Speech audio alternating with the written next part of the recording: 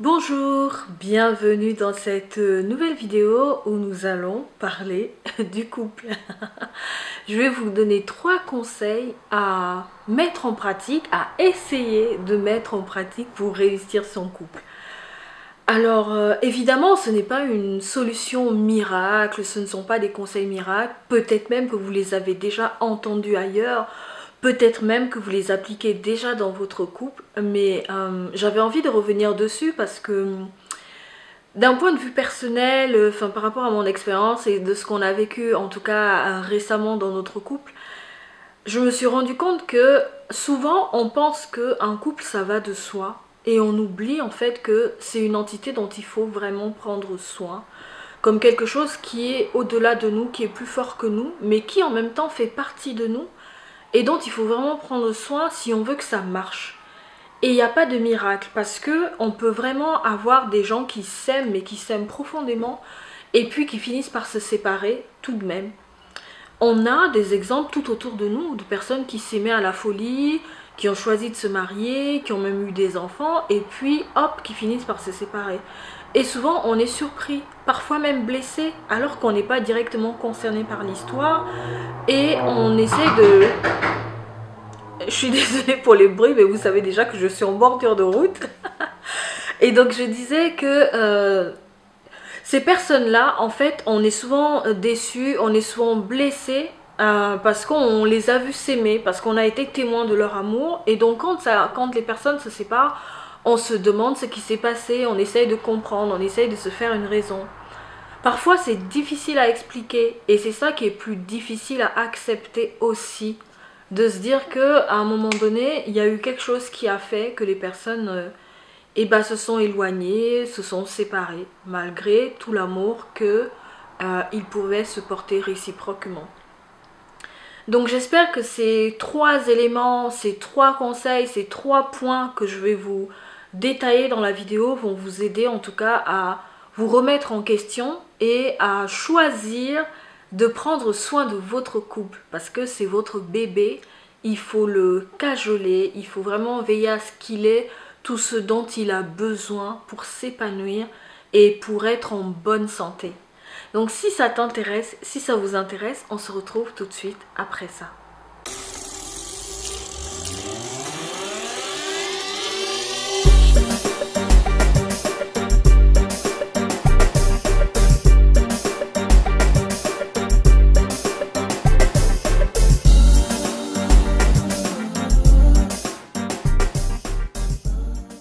Re-bienvenue dans cette vidéo. Si tu ne me connais pas encore, je suis Grace No, une chrétienne ordinaire mais extraordinaire par la grâce de Dieu.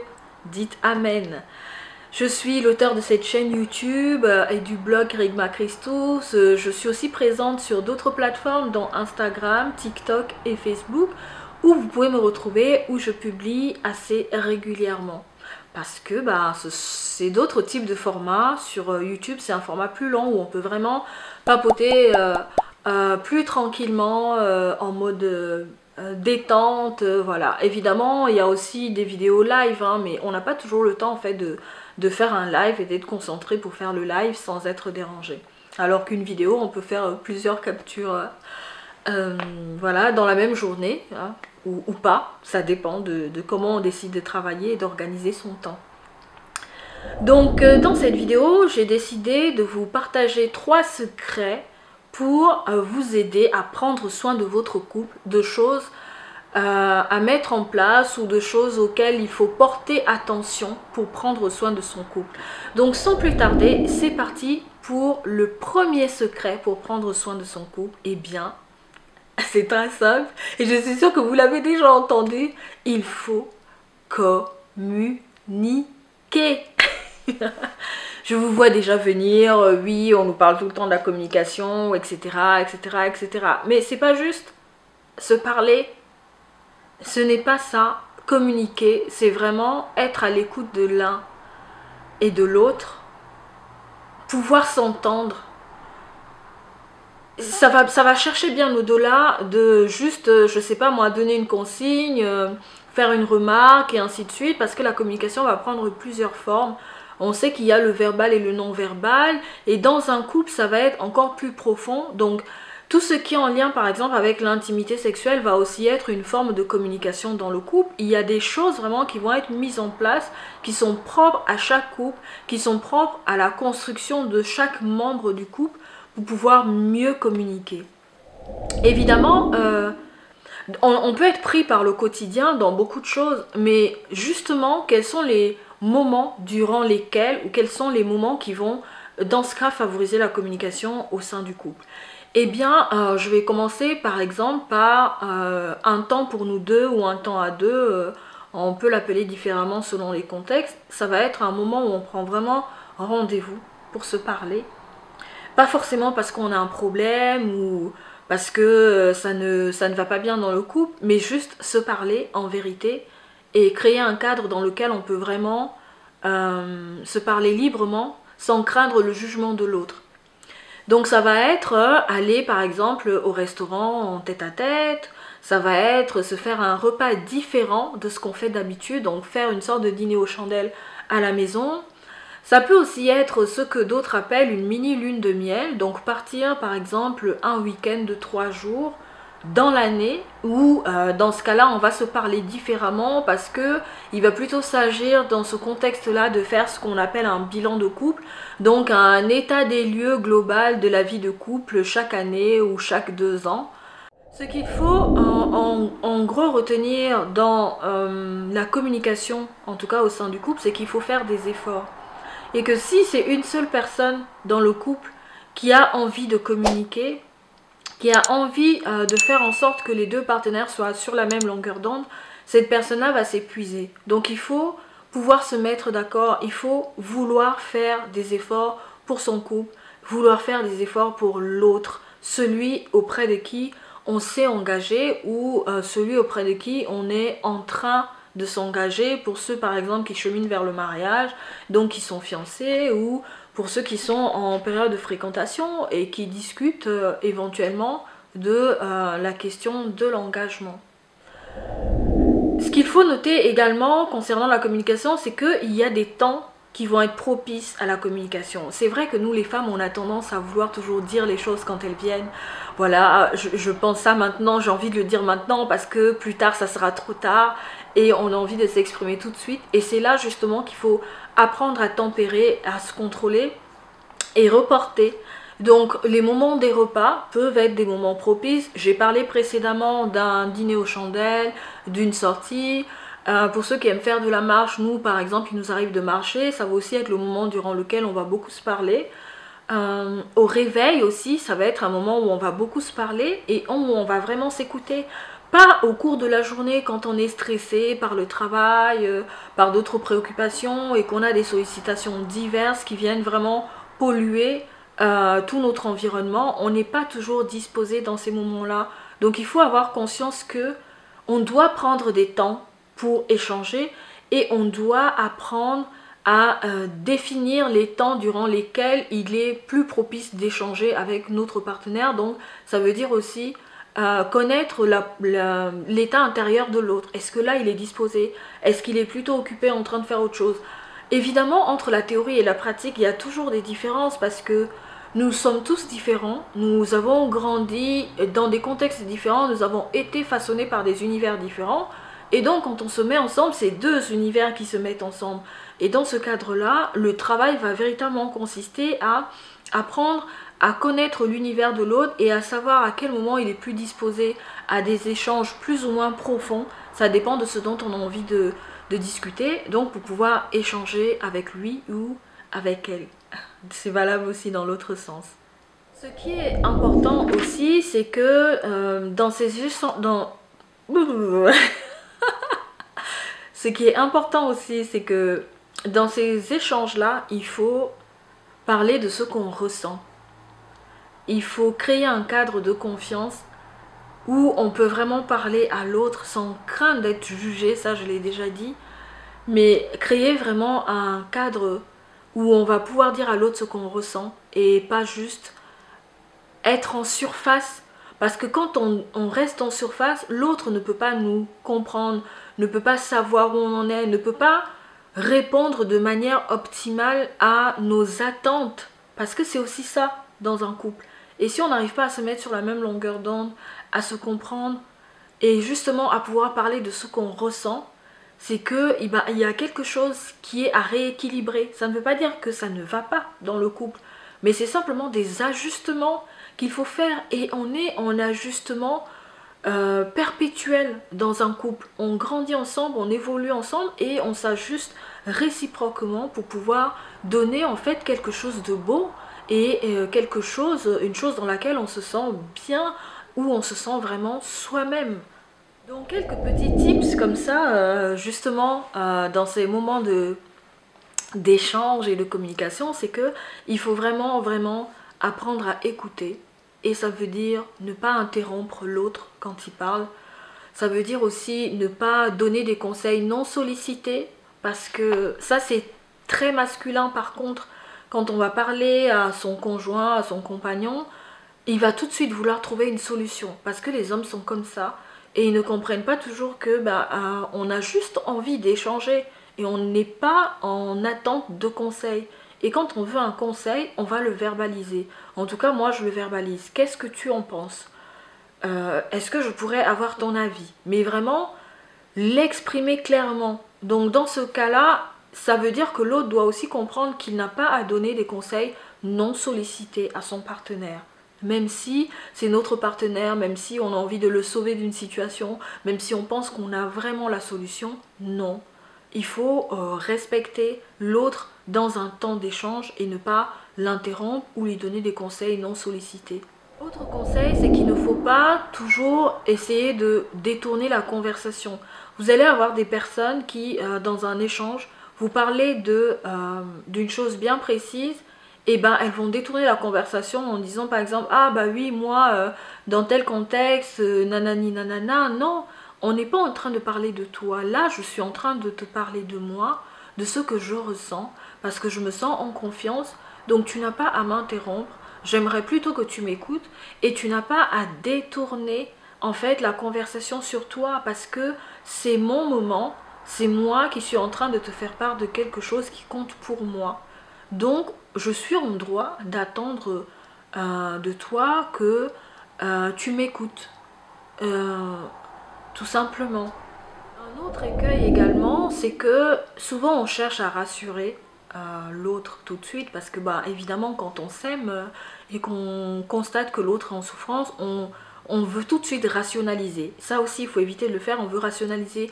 Ah mais si la personne parle de ce qu'elle ressent, rationaliser ça va être venir dire ah oui mais peut-être que tu te sens comme ça parce que tu as entendu dire que, parce que tu as vu telles infos, parce que nanani. Non, en fait il ne faut pas essayer d'expliquer les sentiments de la personne, essayer de les rationaliser et lui dire qu'elle se sent de telle ou telle manière parce que elle aurait vécu telle ou telle expérience. Non, il ne faut pas toujours chercher une explication à tout.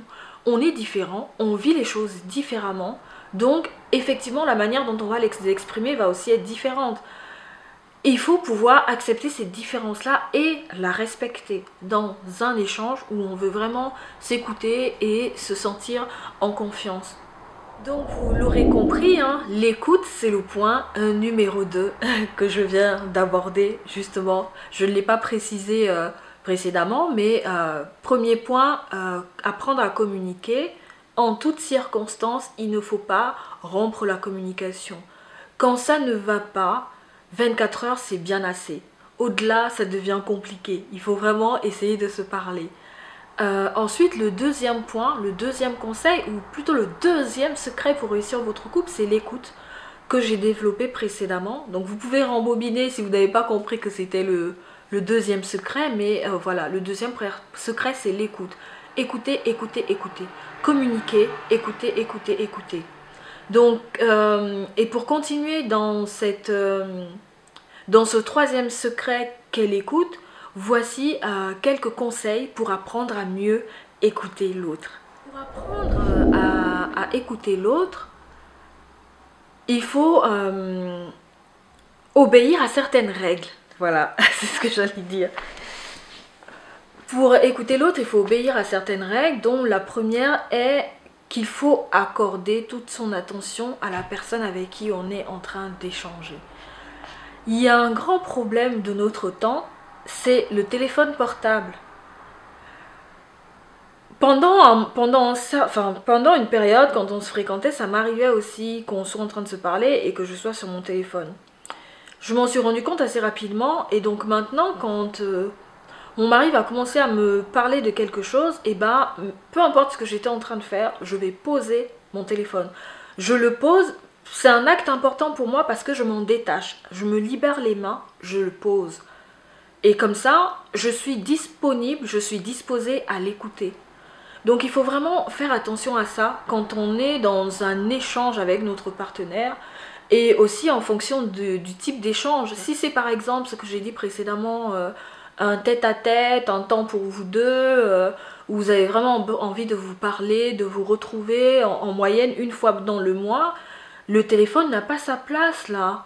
Ou alors ce que vous pouvez faire, c'est s'il y a une urgence, vous prenez votre téléphone et puis vous dites à votre partenaire, excuse-moi, est-ce que ça te dérange que je règle vite cette question et puis je suis à toi?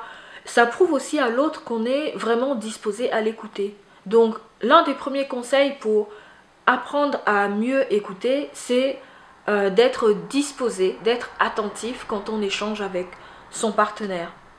Ensuite, deuxième conseil, premièrement, accorder de l'attention à l'autre. Deuxièmement, ne pas se laisser distraire. Donc le fait d'accorder de l'attention à l'autre, ça va nécessiter justement de ne pas se laisser distraire, comme je disais par ailleurs avec le téléphone portable.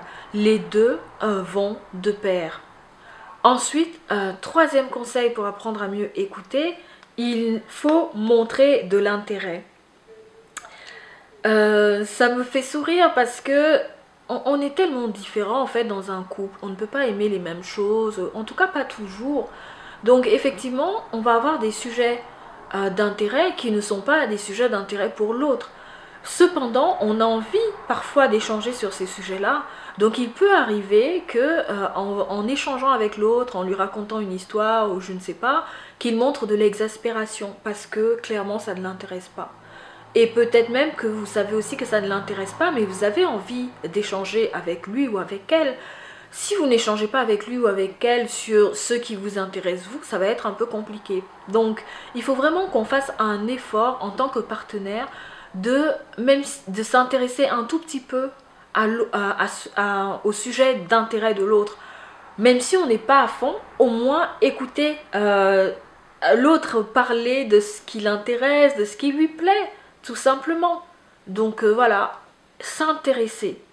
Parce que quand on montre des signes de désintérêt, ça peut vraiment être blessant.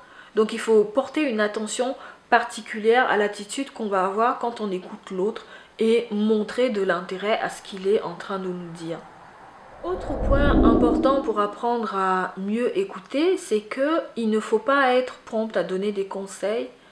Et aussi, il faut reformuler ce que dit l'autre pour qu'il s'assure que vous êtes bien compris en fait. Parfois, on pense avoir bien cerné quelqu'un, avoir bien compris ce qu'il était en train de nous dire, mais en fait, on est en train de se tromper. Donc de temps en temps, vraiment écouter ce que l'autre ressent, reformuler avec ses propres mots et ne pas essayer de calquer ce que l'autre est en train de dire, mais vraiment reformuler selon sa compréhension pour être sûr que on se comprend, on est sur la même longueur d'onde. Et en faisant ça, on montre aussi de l'intérêt au sujet au sujet que l'autre aborde. Évidemment, ça ne se fait pas dans tous les contextes. Hein. Je veux dire, il y a des moments où on est juste en train de se raconter des potins, où on se raconte juste nos journées. Ce ne sont pas les sujets phares. Mais il va y avoir des moments effectivement où on entre un peu plus en profondeur, où on va parler l'un et l'autre de ce qu'on ressent. Et là, vraiment, c'est important de pouvoir formuler, c'est important de montrer de l'intérêt, c'est important d'être attentif, c'est important de ne pas donner de conseils non sollicités, c'est important de ne pas chercher à trouver une solution tout de suite, mais d'être vraiment dans une attitude d'écoute, tout simplement. Maintenant, on va aborder le troisième secret pour prendre soin de son couple. Ce troisième secret est en lien avec un sujet que j'ai déjà abordé sur la chaîne, que j'ai aussi pas mal abordé sur Instagram et Facebook et que j'ai également abordé sur mon blog parce que je suis une fan. Les langages d'amour. ce troisième point est en lien avec les langages d'amour parce que il consiste à observer ce qui fait plaisir à l'autre, ce qui fait que l'autre se sent aimé. En gros, c'est ça. Hein. Comment est-ce que mon partenaire se sent aimé? Pour répondre à cette question, vous pouvez puiser dans les langages d'amour. Est-ce que mon partenaire se sent aimé parce que j'utilise des paroles valorisantes? Est-ce que mon partenaire se sent aimé parce que j'utilise énormément le contact physique avec lui ou avec elle, et dans le contact physique on peut avoir plusieurs formes, ça peut être une caresse dans le dos, ça peut être faire un massage, ça peut être des relations intimes, ça peut être beaucoup de choses, et les paroles valorisantes ça peut aussi être beaucoup de choses, ça peut être oh ma chérie tu es toute belle, oh oui j'aime bien ce que tu cuisines, enfin ça peut être mon chéri j'aime bien comment tu cuisines tel plat, parce qu'il n'y a pas que des femmes qui cuisinent, hein, on s'est compris. Mais voilà. Donc, parole valorisante, j'ai dit, contact physique, les moments de qualité, voilà, le temps qu'on va passer ensemble, ce qu'on fait quand on passe du temps ensemble. Est-ce que l'autre se sent aimé? Quand on parle de se sentir aimé, c'est vraiment répondre... Enfin, l'auteur, en tout cas, qui a conceptualisé les langages d'amour, qui est Gary Chapman, parle d'un réservoir d'amour. Imaginez un verre d'eau. Et ce verre d'eau-là contient de l'eau. Et cette eau, c'est la quantité d'amour dont on a besoin pour fonctionner. Donc, plus notre partenaire va parler notre langage d'amour, plus l'eau, le niveau d'eau va augmenter. Moins notre partenaire va parler notre langage d'amour, plus le niveau d'eau va baisser en fait. Donc il faut essayer d'imaginer une jauge comme ça où en parlant le langage d'amour de l'autre, en faisant ce qui permet à l'autre de se sentir aimé, eh ben son réservoir d'amour va se remplir. Donc on va avoir les moments de qualité, le contact physique, les paroles valorisantes, les services rendus et j'en oublie un qui est, je ne sais plus, les cadeaux, c'est ça. Donc les cadeaux. Vous pouvez aller puiser là-dedans, qu'est-ce que l'autre aime et vous poser la question. Et pour ceux qui n'ont pas envie de se poser la question, vous pouvez vous organiser par exemple un temps à deux où vous parlez des langages d'amour et faire le test qui vous permet de comprendre ou plutôt de dégager vos langages d'amour principaux et ensuite échanger là-dessus. Ça peut être le thème d'un temps pour vous deux, ça peut être le thème d'un dîner en tête-à-tête, enfin voilà. Donc ce sont les 3 secrets qui peuvent vraiment vous permettre de prendre soin de votre couple. Parce que c'est important, vraiment, j'insiste là-dessus. Je suis souvent effarée de constater qu'il y a des personnes qui admirent des couples sans réellement savoir ce qui se passe dans ces couples-là. Parce qu'il y a l'image qu'on renvoie et il y a ce qu'on va vivre en réalité. Et il n'y a pas de secret. Le seul secret, c'est vraiment de prendre soin de son couple. Et il y a une palette large dans la manière dont on va prendre soin de son couple.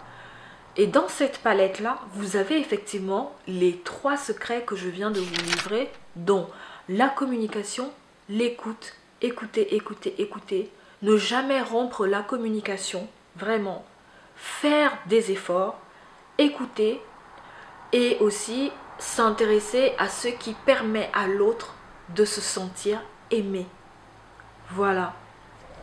J'espère que cette vidéo vous aura apporté quelque chose, en tout cas vous aura enrichi. Moi j'ai été très contente de la faire, je sais que ces vidéos sont attendues sur la chaîne parce que c'est des sujets dont j'aime parler en tout cas. Je pense que c'est l'un des sujets que j'ai le plus abordé depuis que j'ai un blog et depuis que j'ai ma chaîne YouTube. Les relations, l'amour, enfin voilà, le couple en tout cas. Donc si vous avez aimé, hein, mettez un pouce bleu vers le haut si vous avez aimé ce contenu. Pour échanger, ça se passe dans les commentaires. avec bienveillance et respect évidemment. Vous pouvez aussi regarder dans la barre d'informations. Je ne sais pas encore si je vais vous mettre des infos supplémentaires, peut-être sur les langages d'amour. Voilà, je vous mettrai des liens. Et puis, eh ben, abonnez-vous, voilà, partagez si vous pensez que ça peut aider d'autres personnes. En tout cas, à réfléchir à comment prendre soin de leur couple. Et puis, retrouvez-moi sur Instagram, TikTok et Facebook. Quant à moi, je vous dis à très bientôt dans une autre vidéo. Ciao!